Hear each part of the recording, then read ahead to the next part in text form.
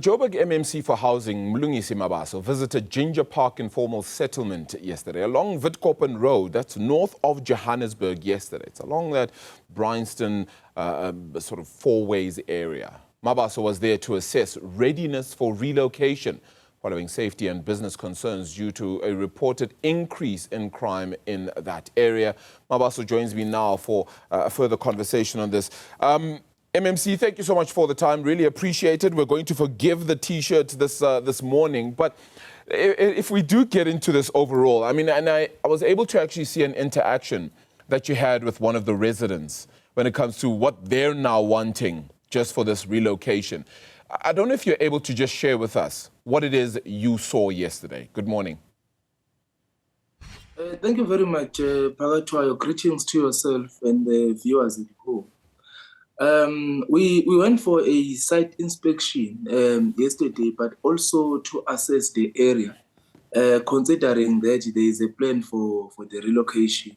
But what we had learned when we arrived on site is that there is a guy who claims to own that place, considering that the owner of the property took the matter to court, and the city was then compelled to provide an alternative accommodation for those residents during the execution of the eviction order.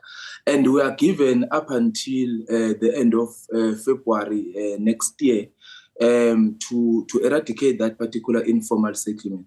To our surprise, when we got there, there is a man who claims to own that area. He's citing that he got papers which proves him as the owner, and he wants us to compensate him, his family, and his tenants before the relocation. And it's something that we do not understand.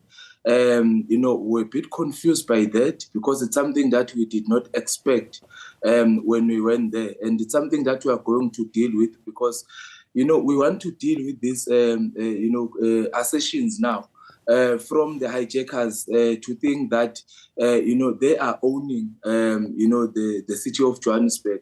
And also that, they can do as they please. They will resist, relocations and evictions, even when we are compelled by the court to intervene as the municipality. That informal settlement is growing. And part of the reason we went there is because people are refusing to participate. We had sent the team there to go and do the assessment, the audit and the profiling of the residents, because for us to provide an alternative accommodation, there is a policy in council that guide us, because not everyone will qualify for an alternative accommodation. So we've got that responsibility to conduct an assessment and also to profile the residents before we make a determination on who qualifies for what in the space. And out of 432, 201 refused to participate, and that's why I had to go there myself. But when I got there, I then learned that the reason they refused to participate is because there are hijackers who are claiming to own that particular place, and they want us as government to compensate them, and we are not going to do that. Yeah, it's actually a very stark story. I have so many questions with regards to this. Firstly, are these people all South Africans? I think is a key question mark to also put out. And if they are, which part of the country perhaps they come from to settle here, or were they from other parts of Gauteng to then settle in this place predominantly? Are you aware of any of that as you did your audit? What was your assessment on that front? Well, 143 are South Africans, and the rest we can't really say because they had refused to participate. Well, we do have undocumented foreign nationals that participated in the process, but majority we can't tell you because they are refusing to participate. And we are suspecting that the reason they did not participate is because they belong to certain individuals within the informal settlements, because even the guy that we were in confrontation with yesterday, he was claiming to be a South African, and we had asked for his documentation. Unfortunately, Home Affairs was not with us yesterday because we did not anticipate that we'll be confronted with that particular situation yesterday. But we took certain documents from him, We are going to verify them with Home Affairs today, and there are other documents as well that we are also verifying about the ownership of that particular properties, because there are certain properties there that are just outside the portion which is privately owned. And when we check on our system, those particular properties belongs to the provincial government, but there are certain people with certain documents which we need to verify so that we are able to open the case, because we are referring that matter to the police and also to the lawyers of the municipality, because we need to arrest that man, for charging people rent for all these years, for consuming services for free, in pretense that he's a landlord, but also, for interrupting the work that we are doing, because this is a court process that we are engaging on. So anyone who stands in the way of that, legally, we need to find ways of dealing with that particular person. So we are in that process. We'll be commencing those processes today of verifying certain documents, but also on verifying his identification, because we feel that the identification that he had produced yesterday are fraudulent, and we need to verify them against Home Affairs. MMC, is there these people are getting services, all right? They actually get, if you've driven past there, you would have seen that there are places that are lit up. They have satellite dishes of some sort. There's sewage running through that particular area. Where's all of that coming from if it is not issued directly from the city of Johannesburg? You see, we've got two properties there. It's one big house that is situated in a portion of land that is owned by the province. So that particular house has all the services. They've got running water, they've got electricity, and there is also road infrastructure there, which is dilapidated because I think it was constructed long time ago. So services are there, and they've illegally connected from those properties, and that's why they are accessing water.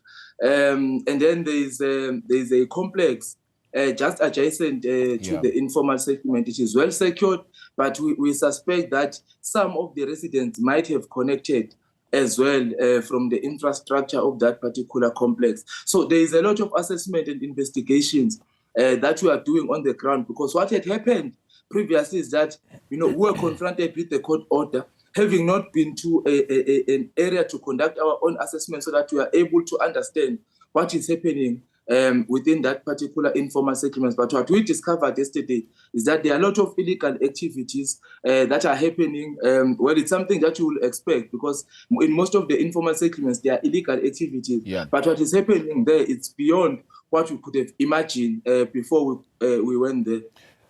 MMC, who qualifies for this alternative housing? And where then do you relocate these people to? Well, there are properties which we had identified that we will be working on in terms of providing services. But people that qualifies for alternative accommodation, as per our policy in Johannesburg, one is people that have not previously benefited from any of the housing programs that are subsidized by government.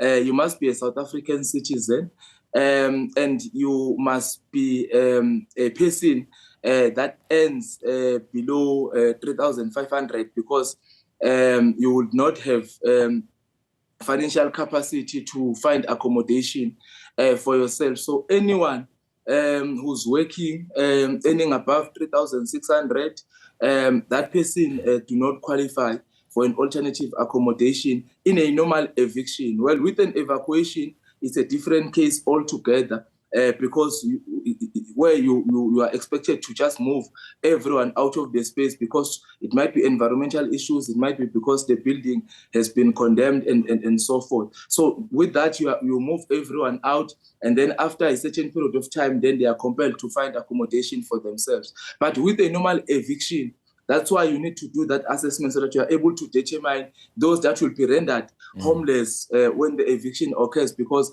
they do not have financial capacity to provide accommodation for their family. So those are the people that you provide alternative accommodation for, or people that had not previously benefited in any of the government programs. So those that have benefited previously in a form of RPP houses and other programs in government, they don't qualify for alternative accommodation. Those that have financial capacity, those that are working, earning above 3,500, they don't qualify for alternative accommodation. So that is the assessment that we need to do in that informal settlements, complete it so that we know how many people will qualify for an alternative accommodation.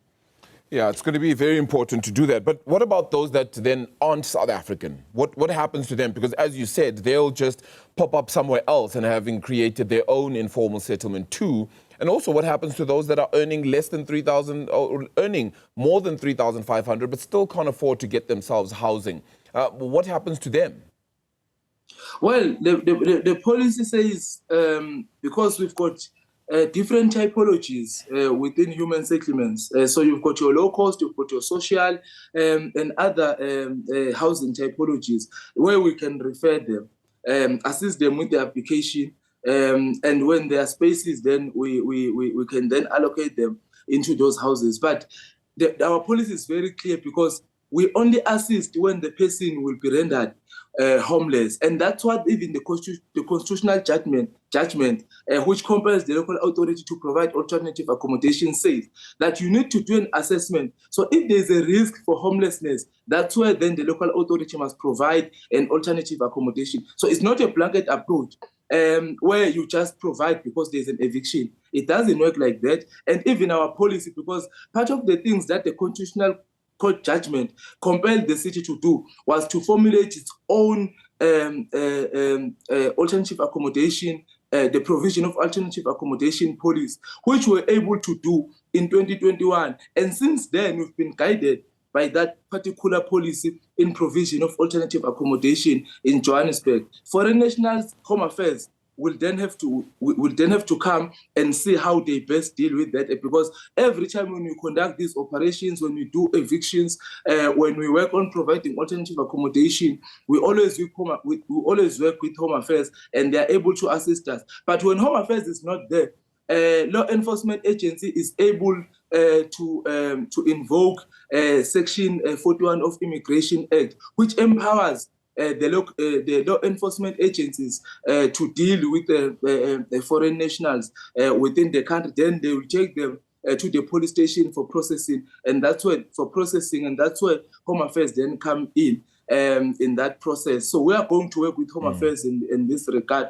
so that they are able to assist us with the foreign nationals. But our policy does not make provision to provide alternative accommodation to the foreign nationals. So that is the council policy which is going to guide us in this process. Yeah, there's still so much to actually ask about that. And then there's also questions around tracking, whether the urban sprawl and urban migration becomes a big question mark. But I also have to move on to questions like in Doornkop as well, the informal settlement in that area. What happens there? Have you been able to look into it? And will you be able to find a way to help that family which has had this building collapse? And do we know why that building collapsed as well? Well, we saw the news yesterday. It's only today that we will be dispatching the team from human settlements.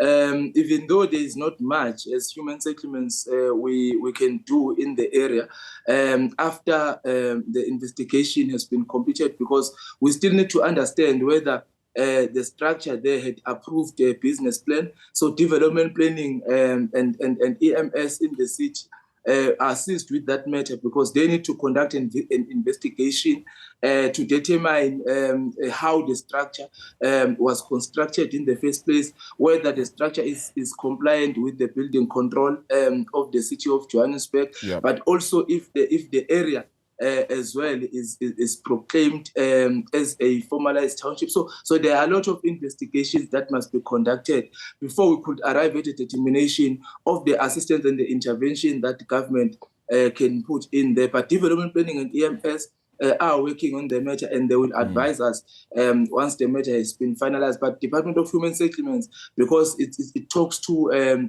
settlements of people, will be involved in the process. We'll be working with them. But we will see how we intervene after we have completed our investigation, which is going to guide us in terms of how we intervene as the municipality. MMC for housing in the city of Joburg. Thank you so much for your time this morning. Really appreciate it. To just try and get an understanding, that's the visit of Ginger Park Informal Settlement that was done. It's an area around the Bryanston Fourways area that there was an oversight visit by the Joburg MMC for housing and other officials yesterday, plus other informal settlement housing and housing questions. And of course, it really relates to our question this morning, our poll question, and we asked you, the viewer, what's the